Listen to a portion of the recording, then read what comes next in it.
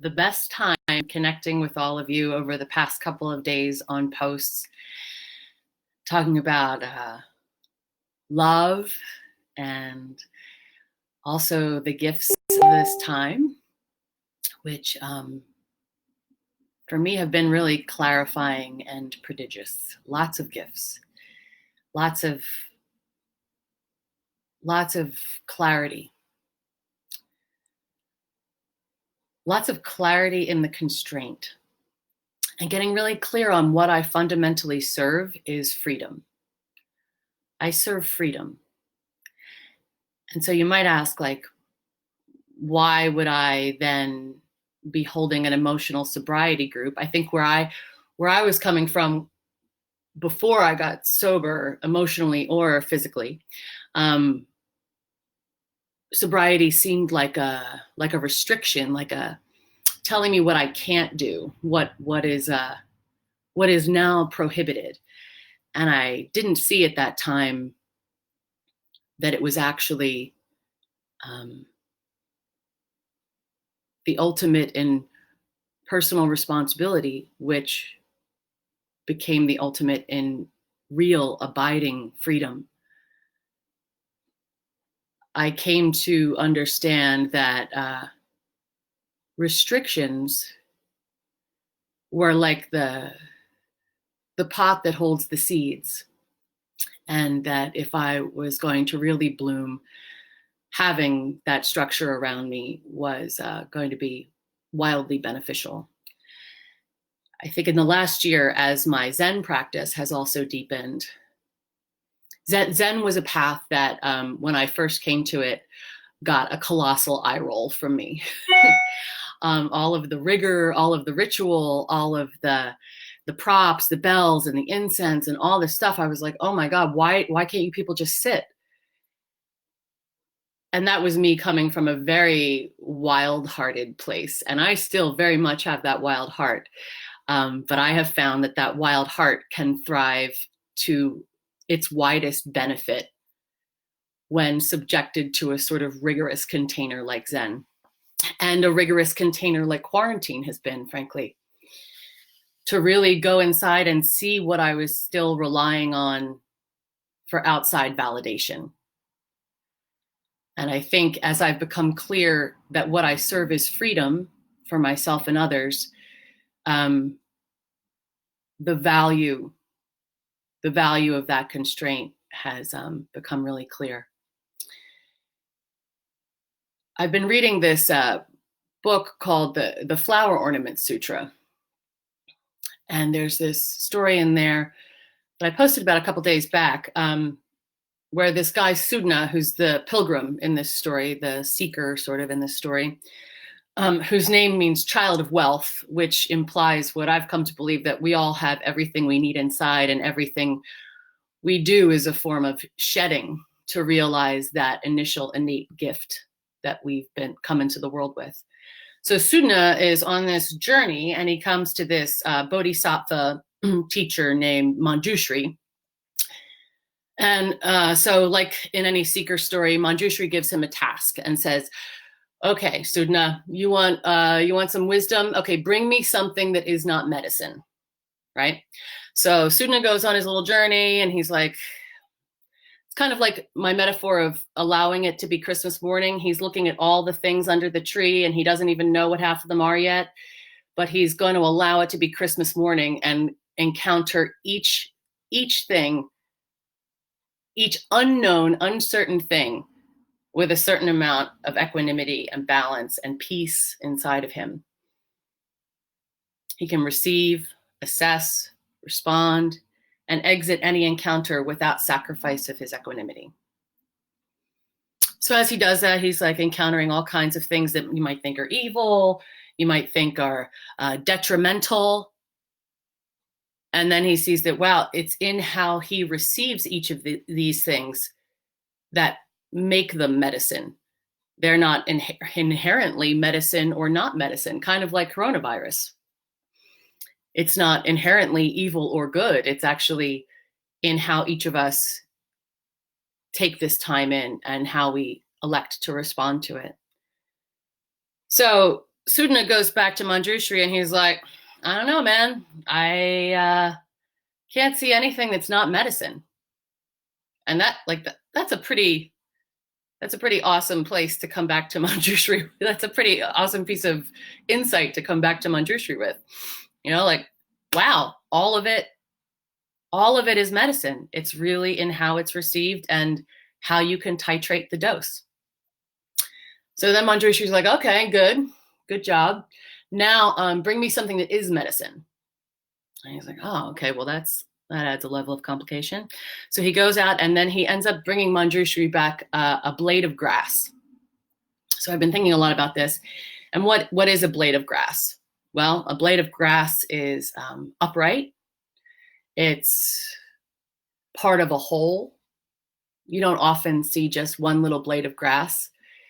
The blade of grass understands that it's part of something bigger than itself, that it is completely individual and yet essential to the whole, just like all of us, right?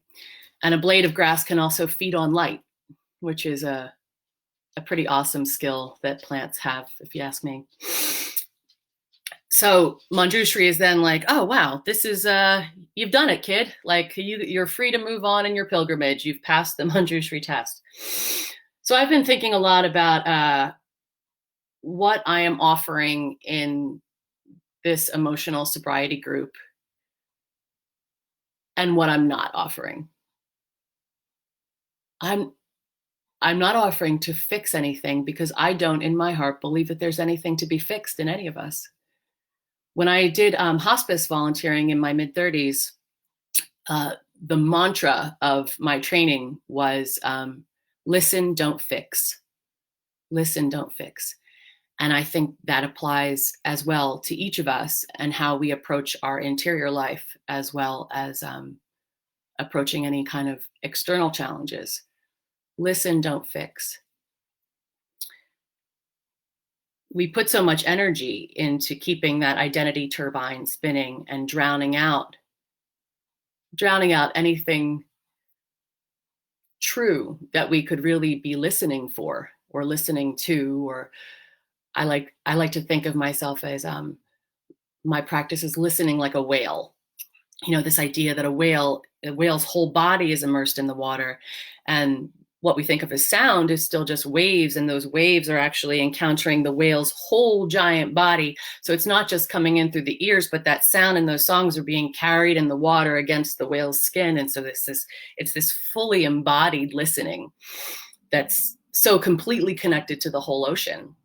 And I think we shelter ourselves with cloth and ideas to keep ourselves from being penetrated in that way. So this idea of redirecting all of that energy that we're putting into the identity turbine to keep that spinning and drowning out any sensation that we'd be feeling from the deeper interconnectedness that's actually true. We keep that spinning and until we really dismantle it, which takes a tremendous amount of courage, because all those ideas, a lot of them weren't even installed by us. They're coming from outside, but it's only via the inside that we can actually dismantle them and see what they're really made of and if they even serve us going forward. And for my part, as I've dismantled that identity turbine and had it dismantled for me by some external influences, I've come to see my original face and my original nature, which is so much more loving than I gave myself credit for a long time, and so much gentler. And has really, this period of time in particular has really driven home for me that compassion, both directed inward toward myself and toward others, really has to skillfully hold a sword in one hand while the other hand is open. I have an obligation to myself and others that are in my group to use that sword to cut through delusion, to cut through that identity turbine, to use it to unscrew the bolts that hold that together, so that we can actually bring out what's already there and what has always been there. Because that's where real service comes from. That's where real compassion comes from. That's where a real love comes from that doesn't need an external object to express itself. There doesn't need to be an object of love for there to be love. In fact, I feel like that often is a way to avoid sitting in that really grounded, loving space. I think when we start to think that love requires some kind of object, that's when we start to use force. And for my part, in my practice, when I'm fully grounded and I'm with who I was before my parents were born, that real essential self, then I need no force. And then doing the next right thing is absolutely effortless and gentle and naturally kind. And it can be fierce too. There can be a lot of energy that comes through that. And you need a lot of energy to hold that sword effectively without perpetrating or causing harm to others, but really being able to wield that sword skillfully. And that's what really pushed me to start this practice group, is because that is a skill that I've honed on myself, and that I do feel like it's time to serve others with that skill in a really concentrated, intimate way, in a container that's very tight and confidential and caring, but also confronting. Yeah. God, it's been such a crazy journey, even in this time. I usually hate that word journey, but I think that's kind of apt. It's interesting for me to see, even here by myself, like all of the different things that would come up in the course of a day without any kind of external influence. And I feel like the capacity to hold that for myself and others is the best service that I could provide right now. I mean, I feel like we're very much at this crossroads, I think, that we all see. And how often do we get that opportunity to really acknowledge, like, how often do you know in life, oh, this is a moment where everything changes? And so to me, to feel called to really serve this moment as deeply and wholeheartedly as I can is it feels amazing, and it doesn't feel like there's any force behind it. And lately I have found myself following the effortless. And there's this wonderful feminine quality to that. Like maybe that this whole thing of go, go, go, do, always make something happen. Even in relationships, I was talking to a friend of mine lately, and she was talking about, well, I have to be really careful about where I put my energy in a relationship. Where am I going to put my energy? And I was like, hang on a second. Like that implies a certain amount of scarcity. You know, you only have a little bit of something, so where are you going to put it? Whereas what I have come to feel in myself is that, oh no, if you keep that clear, if you keep those ideas out of it, your well is actually a self-replenishing source of love and kindness and empathy and generosity. When your compassion is not coming from this place of like a rescuer, or like, oh, I'm a good person and let me show you what a good person I am. When it's actually has that effort stripped of it and can just come from like, oh, well, that is clearly the natural next right thing to do. So that's where I'm going to lean. That's already where I'm falling. And God, things just open up in the most surprising and powerful ways. So join me for the practice group. If any of this resonates with you, send me a message and we can set up a Zoom call to see if it's a right fit. Oh, there's some questions. Oh, dark. Hello there, person. Hello there, dark person. Um, yes, I am. I'm actually better than fine so far with all this situation. It's been a time of really deep practice and very deep shedding for me. How do you not get involved with each present? How do you stop yourself from having involvement with the gifts under the tree? Okay. Um, Equanimity is not indifference. Um, my way of approaching each present, each encounter, is not to stop myself from having involvement. It's recognizing where my identity turbine is getting engaged, where I'm going into old patterns and old stories about myself and engaging in old ways and perpetuating old patterns of drama. Like I posted something about the Cartman's drama triangle a couple days ago. And Lynn Forrest actually wrote probably my favorite article about that my coach, Perry Chase, showed me about getting into these positions of rescuer, victim, and perpetrator. And how if we're standing on one of those positions, we're actually not coming from that embodied place, that original nature. We're coming from the identity turbine. And there's something about the drama that we're creating in that situation that makes us feel alive.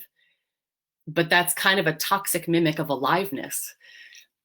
And drop it, dismantling that turbine, seeing what it's made of so that we can recognize it, so that we can take that moment to ground, like what I was talking about with the box breathing in the previous live, of just really coming back down into the body, so that we then can look at this encounter, take that moment, notice it, consciously pick that present up from under the tree, unwrap it, and from that grounded home space, receive it, whatever it is. We can assess it. Assess not only what's coming in, but what's going out. How am I responding to this in an old way, or am I coming to this encounter from my identity turbine? Or am I able to shut that down and actually come to it from this Eros circuit, being fully alive, of mind, heart, genitals, a fully alive person in their full power? And then I can respond, coming from that beautifully alive, truly alive place, not with an old idea of what it means to be alive. Then I can respond from there, and then I can pull back and exit. So it's not about not getting involved or preventing yourself from engagement or involvement. It's actually absolutely total engagement, full, loving engagement, without a lot of detritus of either past nostalgia or getting trapped in some kind of future wishes, dreams, preferences, like what I call future fucking. I don't want to future fuck myself. I want to actually stay in the present, so I'm able to allow the experience that I'm having to completely penetrate me and the other person, and to be absolutely vulnerable to it. Preferences are really the seed of all suffering. And it's so simple. Like, you can just decide not to have a preference as easily as you decide to have a preference. Like, oh, I want this person to love me back. Well, maybe there's an entirely better option out there, and that's happening for you, not to you. And if you could just lose the preference, you also lose the suffering, because you really trust that if you are fully alive in yourself and you've got that mind, heart, genitals, whew, and you're able to actually circulate all of that power and that energy, and it's like pure and alive and tingling, and you're open to every ordinary joy, every little bud on the branch, then those preconceived notions about your preferences, what you would like to happen or have not happen, become sort of irrelevant, because you realize that you're part of the aliveness of everything, of absolutely everything, and you're connected to all of that. And that's magic. That's like the ultimate and ordinary joy, to just be blasted open by every bud, because it's yours too. And that there's this line in Zen, in this jewel mirror samadhi chant that I do sometimes, and it's when the wooden man begins to sing, the stone woman gets up to dance. And that aliveness is so inherent in that. Like if you think of the stone woman as the minerals that come out of the soil and go up through the tree to make the tree thrive, and then the wooden man is like seeing that in spring right now. I got lost on the mountain a couple days ago because we've had all this blowdown from the winter. And so I was like, what happened to the trail? And, going around different fallen trees and really letting the fear of being lost kind of just dissolve into this incredible force of spring that's starting to happen on the mountain here in Maine. We're a little behind some of my other friends in California and whatnot, but like, ooh, that amazing surge that you can actually just, when you're wide open, you can just feel that coming through you, and you're like, oh, the wooden man is beginning to sing and the stone woman is getting up to dance. And I am there for that party, 100%, wholehearted, fully embodied. I am there for that party, and that party is mine too. And all of that concupiscent force, that beautiful erotic force of emergence, is part of all of us, But it's so hard to hear if that identity turbine is going. It's like, oh, I need this. I prefer to have this, not this. Oh, things will be better, or I'll be happy if only I get love from over here. Well, if that love is not inside you, you're seeking love. You're not really offering it. Like, how can you cultivate, not even cultivate, because that again would be sort of an effort. It's like that shedding just allows it.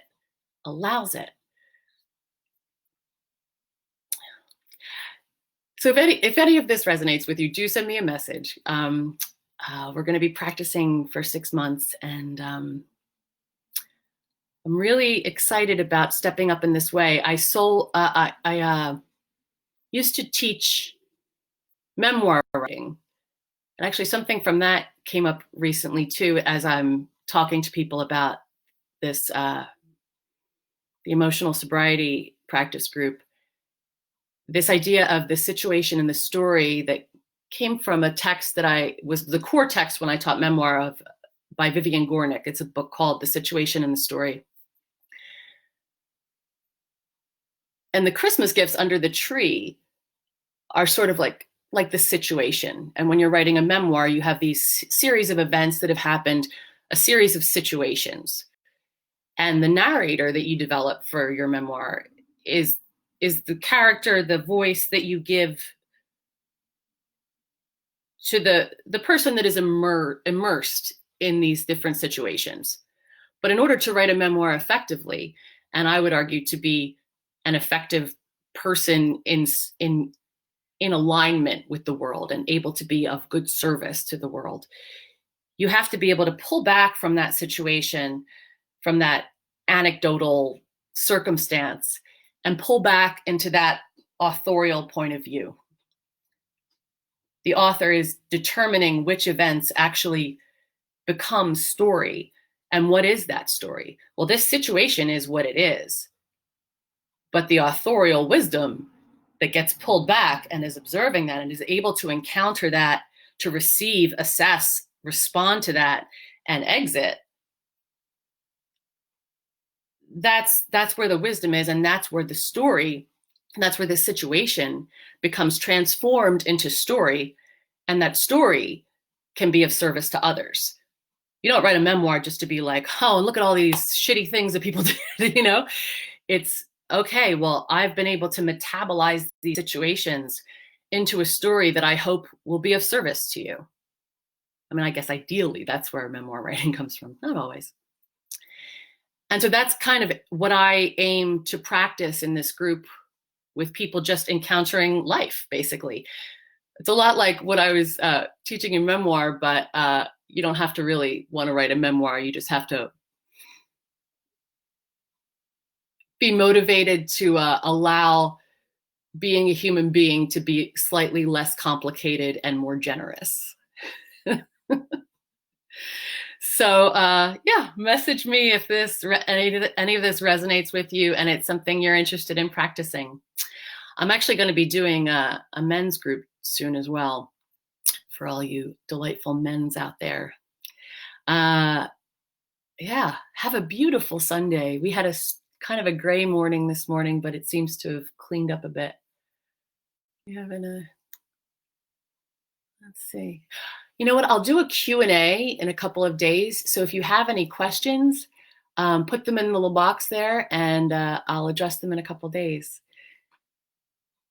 Thank you for being here with me. I'll talk to you soon.